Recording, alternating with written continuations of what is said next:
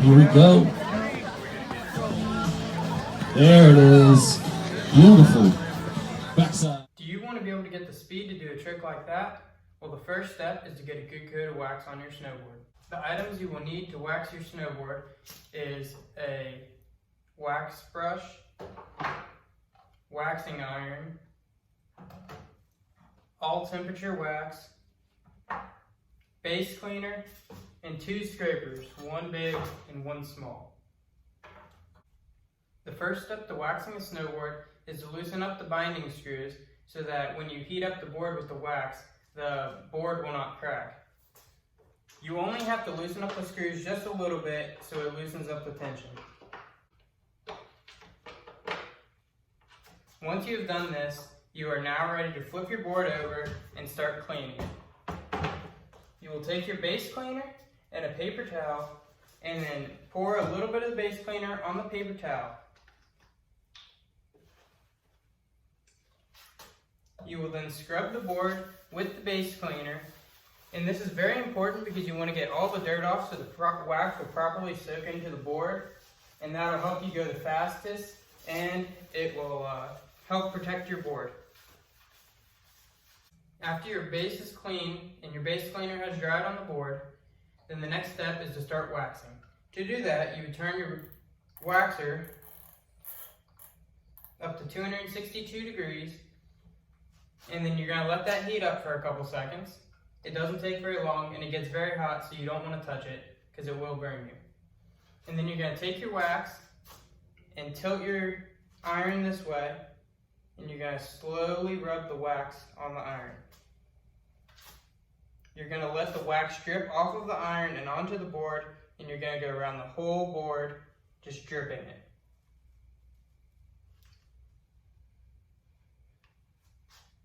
During this step, I wouldn't wear nice shoes because it can get on your feet and it does stick to shoes. Once you have been around the whole board once with the wax, do like an S shape along the middle so the whole board gets covered in droplets of wax.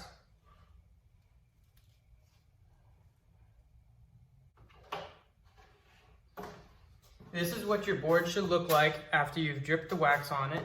It should be covered from tip to tail in wax drippings, and the more you put on, the better.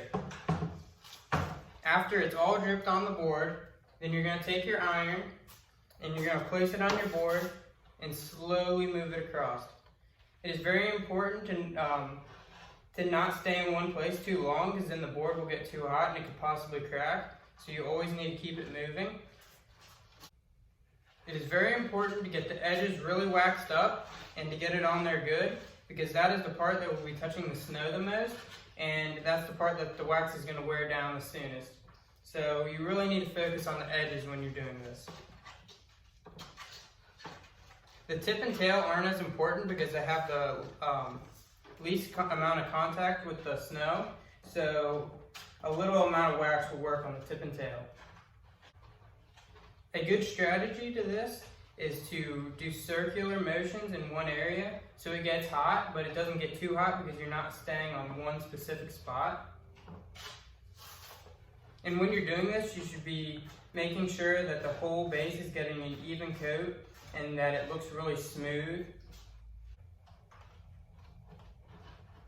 What the wax is doing right now is it is soaking into the board, and it will moisturize the board so it protects it, and it will help you go faster. After you have an even coat of wax on your board, then you're going to let your board cool off for 30 minutes, and what this does is let the hot wax soak into the board and get cold so you're ready for the next step, which is scraping the wax off. After you've waited 30 minutes for your board to cool, feel it and make sure it's room temperature, and if it is, you're ready for the next step. The next step is to scrape the wax off of the board. And to do this, first you're going to take your big scraper and go with the grain of the snowboard. So you'd be going from here to here or here to here, but not this way. That is very bad for the snowboard. And you're going to have to push pretty hard, but not too hard, because if you push too hard, it will scratch your snowboard. When you're doing this, it will create little balls of wax coming off of your snowboard, and this can make the floor slippery, so I would recommend doing this in a garage or a basement.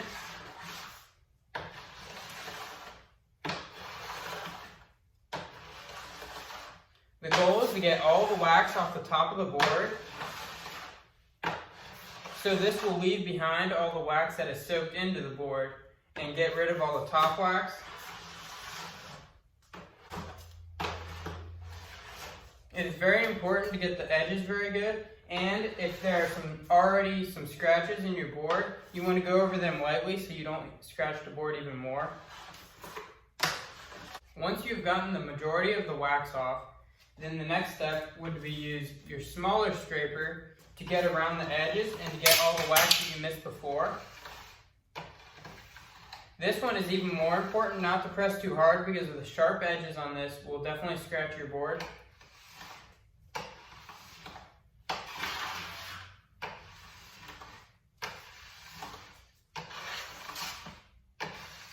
I like to put all my shavings at the tail of the board until I'm ready to fully clean up so it doesn't get all over the floor, because it can get very slippery and you can fall.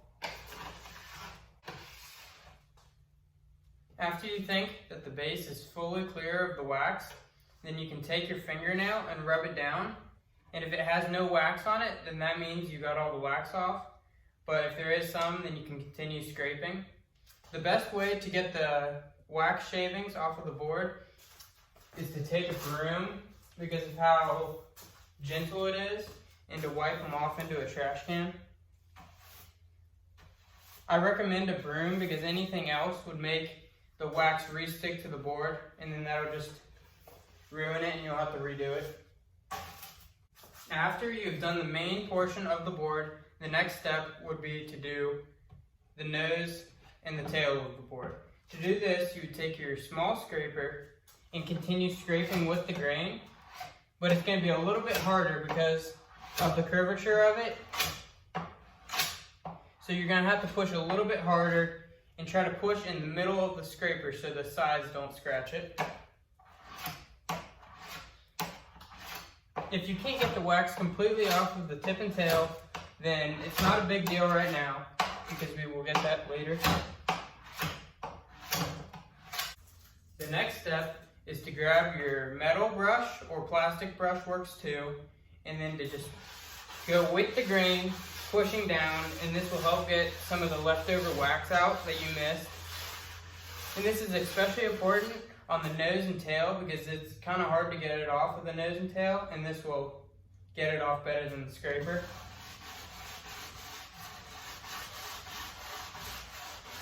You need to push very hard, and it should leave behind small scraps, so it is very important to take the broom and get those off. After you brush the board once, then you're going to go grab your broom again and get the shavings off.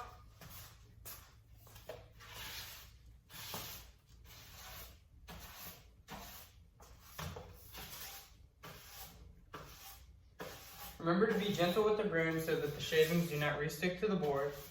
And after you've done that, then you're going to grab the brush again and do it one more time to make sure that nothing is left over.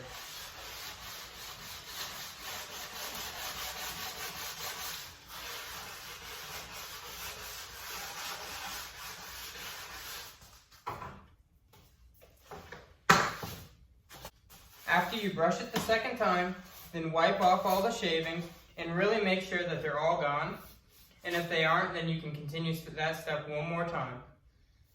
But after they're all off, then you can take your board, flip it back over, and screw in the bindings and make sure they're tight.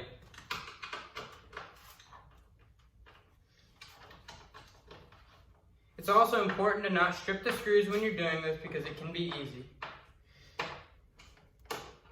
It is also important to not screw the screws too tight because if you do that, the bottom of the screw will go through the board and it will cause a dent in the bottom. After tightening your bindings, then you are ready to get back out in the snow. It is very important to wax your snowboard after every 2 to 3 times snowboarding, and this ensures that you always have a fresh coat of wax and you will always be going fast. Thanks for watching.